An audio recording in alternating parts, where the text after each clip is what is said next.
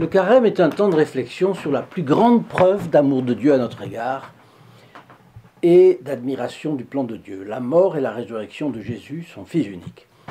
Toute notre vie spirituelle, durant ces 40 jours, devrait être orientée vers la préparation à mieux vivre la Semaine Sainte et la Pâque de la résurrection. Bon, le plus important, recourir au sacrement. En tout premier lieu, la confession, bien entendu.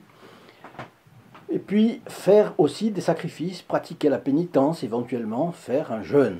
Le carême y est particulièrement consacré, mais il est bon de se rappeler que le Padre Pio gardait toujours la passion du Christ dans ses méditations tout au long de l'année, ce qui l'aidait à avancer rapidement dans sa vie spirituelle. Chers amis fidèles du Padre Pio, bonjour, mon nom est Jean Goyard et vous assistez au programme sur les pas du Padre Pio.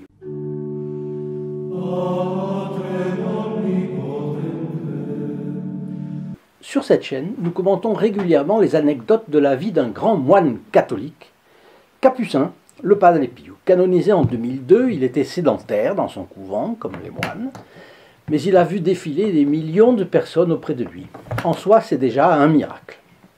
Les miracles qu'il faisait, guérison, exorcisme, lecture dans la vie des personnes, discernement des esprits, vision du passé, vision du futur, bilocation, lévitation, stigmatisation, bref, il y en a beaucoup. Il avait 23 dons au total, se sont répandus comme une traînée de poudre, et les gens affluaient pour se confesser et lui demander conseil. Rappelons que sa mission était d'arracher les âmes aux griffes du diable, et il continue jusqu'à aujourd'hui. Si vous n'êtes pas abonné à la chaîne, vous avez peut-être manqué les 500 vidéos publiées en 2 ans et demi. Ce sont 500 histoires savoureuses des miracles du Padre Pio. Savoureuses parce qu'en plus, ce capucin n'était pas un triste saint et il avait de l'humour. Pour vous abonner gratuitement, il vous suffit de cliquer sur le bouton approprié dans la description de la vidéo, ici en bas, et d'actionner la clochette qui apparaît. Vous ne perdrez alors plus un seul des fioletti du Padre Pio. Nous diffusons aussi les photos du Padre Pio et d'autres choses susceptibles de vous intéresser, d'aider la vie spirituelle. Je vous indiquerai comment vous les procurer gratuitement et franco de port. Pendant le carême, les tentations sont grandes et diverses aussi, parce que le diable déteste que nous ayons des pensées pieuses et des résolutions menant à notre conversion. On pourrait écrire un livre sur les conseils du Padre Pio. Je ne retiendrai aujourd'hui que 4 points du carême qui s'opposent à 4 tentations. Contre la tentation du découragement, ne vous inquiétez pas pour demain, disait le Padre Pio. Tâchez de faire le bien aujourd'hui. Pendant ces 40 jours, dites-vous qu'à chaque jour suffit sa peine. Faites que ce jour soit spirituellement parfait. Vous n'avez pas réussi aujourd'hui, vous le ferez demain. N'abandonnez pas. Le carême, c'est la lutte, c'est la persévérance, c'est mériter ce que notre Seigneur a fait pour nous. Deuxième conseil, c'est contre la tentation de l'orgueil. Si la peur vous étreint, faites comme les apôtres dans la barque où Jésus dormait. Seigneur, sauvez-nous, nous périssons. C'est dans Matthieu chapitre 8. Ou comme Saint Pierre qui avait marché sur les eaux et commençait à enfoncer parce qu'il doutait. Dites comme Saint Pierre, Seigneur, sauvez-moi. C'est dans Saint Matthieu chapitre 14. Jésus vous tendra la main, il la serrera fort et marchera joyeusement à vos côtés. Haïssant Dieu et les hommes, le diable porte toujours les coups sur nos points faibles. La condition pour gagner ce combat et d'être assez humble pour reconnaître notre besoin d'être aidé par Dieu et la Bienheureuse Vierge. Profitons de la peur de nous échouer pour combattre notre orgueil et reconnaître notre faiblesse. Sans moi, vous ne pouvez rien faire. C'est en Saint Jean au chapitre 15. Rien de rien, mais je puis tout en celui qui me fortifie, et c'est Saint Paul aux Philippiens. Troisième conseil, donc, c'est contre la tentation du désespoir. Il est vrai que le diable ne dort pas et que le diable rôde toujours autour de nous pour nous perdre. Mais Notre-Dame ne nous abandonnera jamais, pas même un instant. La Bienheureuse Vierge est à nos côtés quoi qu'il arrive, car c'est ce que son Fils a disposé lorsqu'il est mort sur la croix. Femme, voici ton Fils. Où Saint Jean représentait tous les hommes. Donc il n'y a pas de raison d'avoir peur ni de s'inquiéter, car la Mère du Sauveur est là et nous aide à gagner chaque bataille. Le 4e conseil, contre la tentation de l'hypocrisie. Soyez comme de petites abeilles spirituelles qui ne rapportent à leur ruche que du miel et de la cire. Par votre conversion, que votre foyer soit rempli de docilité, de paix, de concorde, d'humilité et de piété. Saint Jacques dit qu'une foi sans les œuvres est une foi morte, et cela s'applique à tous les aspects de notre vie. La prière, la méditation du chapelet, l'assistance à la messe, l'adoration du Saint-Sacrement doivent produire de bons fruits dans nos âmes. Et on juge l'arbre à ses fruits. Si vous priez plus, si vous luttez pour tenir vos résolutions de carême, vous avancez. Peu importe si vos prières sont faites dans l'aridité. On ne juge pas une vie spirituelle par les consolations ou le plaisir qu'on a à méditer. On juge une vie spirituelle aux grâces qu'on peut acquérir pour soi et pour d'autres. C'est-à-dire que, évidemment, on revient à ce problème-là. Vous savez que Sainte Thérèse de l'Enfant Jésus dit, elle n'a jamais ignoré, elle n'a jamais manqué d'être sensible et de suivre une bonne inspiration qu'elle avait, une bonne inspiration de Dieu qu'elle pouvait avoir.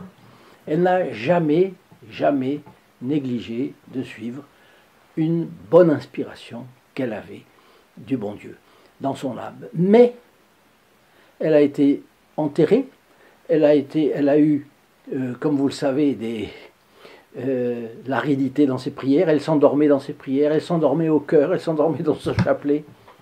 Voilà, c'est la preuve, et elle est docteur de l'Église. Vous voyez, on ne juge pas une vie spirituelle aux consolations qu'on peut avoir, mais aux grâces qu'on peut acquérir pour soi et pour d'autres, et parfois dans l'épreuve. Une foi sans les œuvres est une foi morte. Souvent nous cherchons à ne pas voir en face les maux de la société contemporaine. Mais si nous faisons un acte de courage et considérons la crise multiforme qui asservit le monde, que constatons-nous? Eh bien, une grande portion de la jeunesse cède aux tentations du monde. Le divorce et le concubinage sont devenus monnaie courante. La drogue continue ses dégâts et nous menace maintenant, vous et moi, qui pouvons être victimes d'un chauffard conduisant sous l'empire de drogue dure. Non seulement le suicide est devenu un fléau, mais on parle même de l'institutionnaliser. Et puis on supprime des enfants, comme on avale un cachet d'aspirine. Et voilà que le culte du diable, maintenant, se répand. En effet, dans des églises, on voit des tags avec des symboles du démon. D'autres églises sont profanées, des cimetières sont souillés, des tombes cassées ou ouvertes par des mains criminelles. Les vols de statues, de tableaux, d'objets de culte catholiques se font dans l'impudité totale et, hélas, il y a pire. La profanation des tabernacles et des hosties consacrées. Tout cela existerait-il s'il y avait une crise morale et religieuse très, très grave? Si nos yeux se dirigent maintenant plus haut, en effet, cette fois vers la sainte hiérarchie établie par notre Seigneur Jésus-Christ, que se passe-t-il? Je sais que de nombreux prêtres luent pied à pied, et certains regardent notre chaîne, non seulement regardent, mais nous écrivent des mots d'encouragement. Pas mal nous écrivent, j'en ai encore reçu un cette semaine. Donc, beaucoup de prêtres luttent pied à pied et ne correspondent absolument pas à ce que vous voyez dans la presse. Mais ne pense-t-on pas parfois maintenant à cette prédiction de notre Seigneur Jésus-Christ dans Saint Matthieu, quand vous verrez l'abomination de la désolation établie dans le lieu saint? C'est dans Saint Matthieu au chapitre 24. L'Église est notre mère. Sans elle, qu'est-ce que nous serions aujourd'hui? Sans le baptême que le bon Dieu a voulu que nous ayons, sans notre première communion, notre confirmation, notre première confession, sans les grâces que nous avons reçues à telle et telle occasion de notre vie et dont nous nous rappelons, dans quelle apostasie ne nous trouverions-nous pas? Tout ce qu'il y a de bon nous est venu par la Sainte Église catholique, apostolique et romaine. Elle doit donc être l'objet de notre affection, de nos prières, de nos réflexions, de nos efforts, de notre combat. Si nous avons ne serait-ce qu'une possibilité de la défendre au créneau où Dieu nous a placés, ne faut-il pas la prendre, cette possibilité? Eh bien, c'est une occasion de faire un appel pour moi aujourd'hui. Si chacun de ceux qui regardent cette vidéo fait un pas de plus dans le sillage du Padre Pio, notre chaîne est susceptible de progresser, de diffuser en grand la vie du Padre Pio. Voulez-vous m'aider pour cela? Voulez-vous m'aider à faire le pont entre beaucoup d'âmes et le Padre Pio? Je vous propose de venir me retrouver dans la description de cette vidéo, ici en bas, sous le lien www.st-padre-pio.fr. Vous verrez tout ce que cette grande famille d'âmes partageant le même idéal peut entreprendre, à condition de nous serrer les coudes. Venez, je vous donne rendez-vous et une fois que vous êtes sur le lien, il n'y a qu'à se laisser guider. Je vous dis à tout de suite.